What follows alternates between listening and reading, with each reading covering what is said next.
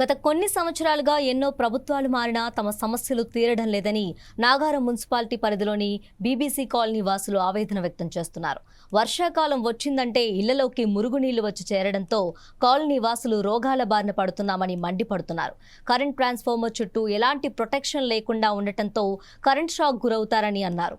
ఇప్పటి వరకు ఎన్నిసార్లు ఫిర్యాదు చేసినా ప్రభుత్వాలు స్పందించటం లేదని కాలనీ వాసులు వాపోతున్నారు. దీనిపై మరింత సమాచారం అందించేందుకు కాలనీ వాసులతో మా correspondent Shankar face to face.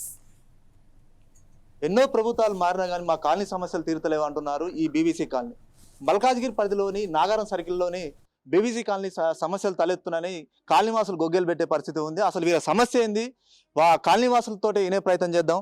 చెప్పండి అన్న, ఏంది ఇక్కడ ప్రధానంగా సమస్య? దాదాపు ఒక 9-10 సంవత్సరాల నుంచి ఇక్కడ డ్రైనేజ్ ప్రాబ్లం ఉందండి. బాగా చూడండి, మీరు కూడా లైవ్ చూడొచ్చు. ఇట్లని ప్లస్ ఒకటి ఎలక్ట్రిసిటీ ట్రాన్స్ఫర్ తోటి చాలా ఇబ్బంది పడుతున్నాం. గతంలో చిన్నపిల్లలు చాలా సందర్భాల్లో కింద పడటం కానీ ఆ కరెంటు పోల్ కొట్టుకు ఇబ్బంది పడ్డ పరిస్థితి కూడా ఉంది. కానీ ఇప్పటిదాకా ఎలాంటి గవర్నమెంట్కి మనం చాలాసార్లు పత్రాలు రాసి ఇచ్చాము. ఇంతవరకు మనకి ఎలాంటి స్పందన రాలేదు. ఎలక్షన్ టైంలో వచ్చి కొద్దిగా అంటున్నారు, తర్వాత ఇంతవరకు అయితే మనకేమీ కరెక్ట్గా ఏం చేయలేదు ఇంతవరకు మనకి. ప్రధానంగా ఇక్కడ వినిపించేది ఏంటంటే వర్షాకాలం వచ్చిందంటే పొంగి పొరుతుంది. అదేవిధంగా ఇక్కడ దుర్వాసనతో కూడుకున్న వాసన రావడం వల్ల కాలనీ వాసులు అనారోగ్య సమస్యలు తలెత్తున్నది ప్రధానంగా కనపడుతుంది. అది ఎంతవరకు వాస్తవం? అది 100% వాస్తుంది. ఇది చాలాసార్లు ఈ సందర్భం ఆల్రెడీ మనం కాలనీ వాసులు చాలా మంది చెప్పారు లీడర్లకి. వాళ్ళు చెప్పారు, ఇంతవరకు మనకి ఎలాంటి వాళ్ళ నుంచి ఎలాంటి రిజల్ట్ రాలేదు. ఇదైతే 100% వస్తుంది. డ్రైనేజ్ స్మెల్ రావటం కానీ, తర్వాత కరెంటుతో ప్రాబ్లం కానీ ఇప్పుడు కూడా చాలా ఇబ్బంది పడుతున్నాను. వర్షం వచ్చి నీళ్ళు కూడా రోడ్ అంతా మనకి గేట్ లెవెల్లో వస్తున్నాయి. మీ ద్వారా ప్రభుత్వానికి తెలియపరచాలి కాలనీ వాసులకి. మరికొంతమంది కాలనీ వాసులు ఉన్నారు, వాళ్ళ ద్వారా గిట వినే ప్రయత్నం చేద్దాం. వీళ్ళ సమస్య ఏందో చెప్పండి అన్న. ఏంది ఇక్కడ ప్రధానంగా ఎటువంటి సమస్య తలెత్తుంది? మేము గత 8-9 సంవత్సరాల నుంచి ఇక్కడే ఉంటున్నాము నివాసం. మేము ఈ డ్రైనేజ్ సమస్య చాలా ఘోరంగా ఉందండి.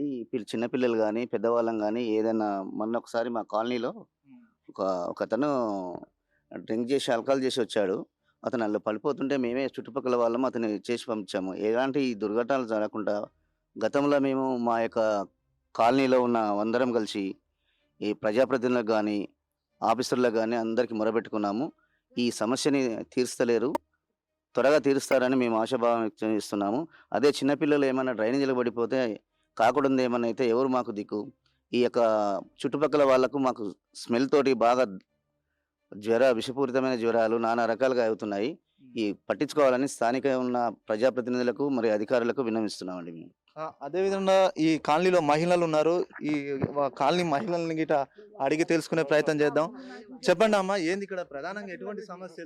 ఏందండి, ఇక్కడ చిన్నపిల్లలు ఉండి మొత్తం ఇక్కడ ఆడుతుంటుంటే వాళ్ళు చెప్తే కూడా విన్నారు కదా, వాళ్ళకి తెలియదు కదా. చిన్నపిల్లలు ఇక్కడ ట్రాన్స్ఫారం ఆ చుట్టుముట్టు గోడ లేదు, ఏం లేదు. దానికి ప్రాబ్లం ఎవరు మేము ఎంత చెప్పినా చిన్నపిల్లలకు అర్థం కాదు.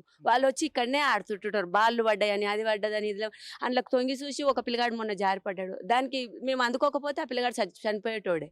అందుకే వాళ్ళని కాపాడడానికి ఏదో ఒక మార్గం మీరు సొల్యూషన్ చెప్పాలి. ఈ సమస్య ఎన్ని సంవత్సరాల నుంచి తలెత్తుంది? అధికారులు ఏమంటున్నారు?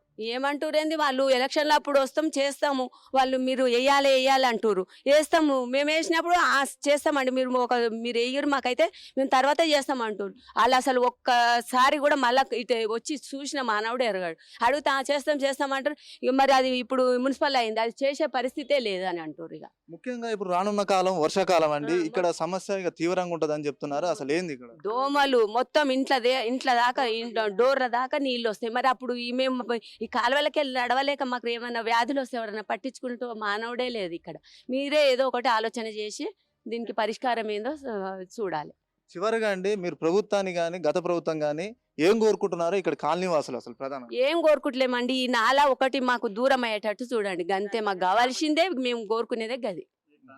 ట్రాన్స్ఫారం ఒకటి, నాలా ఒకటి. ఈ నాలా కొంచెం ఇప్పుడు ఆడ రోడ్డుకు దగ్గర ఉంది, ఆడదాకా కలిపితే మాకు సమస్య అనేది తీరుతుంది, గంతే మాకు కావాల్సింది. ఓకే, ఇక్కడ ఇంకా మరికొంతమంది కాలనీ వాసులు ఉన్నారు, వాళ్ళని గిట్ట సంప్రదించే ప్రయత్నం చేద్దాం. చెప్పండి అన్న, ఏంది ఇక్కడ కాలనీది ఏం సమస్య ఉంది? ఇక్కడ వర్షాకాలం వచ్చినప్పటి నుంచి స్టార్ట్ ఇవే ప్రాబ్లమ్స్ వస్తాయి. స్మెల్ కానివ్వండి, ఇది కానివ్వండి, ఎవరు పట్టించుకునే వాళ్ళు ఉండరు. లాస్ట్ టైం ఒక 2 years కింద అయితే అసలు కార్లు కూడా మొత్తం మునిగిపోయినాయి, బురదతో నిండిపోయింది. స్మెల్ కానీ అయితే విపరీత దోమలు ఇవైతే ఎవరు పట్టించుకునే వాళ్ళు లేదు. కరెంటు తీగల మీద వైర్లు కానీ చెట్లు కానీ కరెంటు తీగల పడి 2 daysకి ఒకసారి కొద్దిగా గాడిపు వచ్చిందంటే కరెంట్ ఫీజు కొట్టేస్తుంది. మళ్ళీ ఫోన్ చేసి చేయంగా వస్తుంది. ఫ్లడ్లైజ్ వస్తుండే కరెంట్ కానీ ఇది సమస్య. వర్షాకాలం వచ్చిందంటే చాలా ఇబ్బంది మాకు. వర్షాకాలం వచ్చిందంటే అసలు పిల్లలు స్కూల్కి పోవాలన్నా కూడా చాలా ఇబ్బంది. స్కూల్ బస్సు మేము మా బైకులు కూడా బయటికి వెళ్ళి అంత పొజిషన్ వస్తుంది. ఇక్కడ వరకు వస్తుంది వాటర్. చివరిగా ఏం చెప్తున్నారు అధికారులు? చెప్తే స్పందించలేరా, లేకపోతే రాజకీయ నాయకులు స్పందించలేరా? వర్షం వచ్చినప్పుడు అందరూ ఒకసారి చూసి వెళ్తారు కానీ మళ్ళీ నెక్స్ట్ డే ఉండరు, ఎవరు ఉండరు. ఇక అంతే, ఇక వర్షం వచ్చిన చూసి అదా ఇది అంటారు అంతే. మళ్ళీ నెక్స్ట్ డే ఎవరు కూడా కనిపించారు. ఇది ఓకే అండి, ఇక చూసారు కదండి, ఇక్కడ మరికొంతమంది గిట్ట ఉన్నారు, వాళ్ళ దారి గిట్ట వినే ప్రయత్నం చేద్దాం.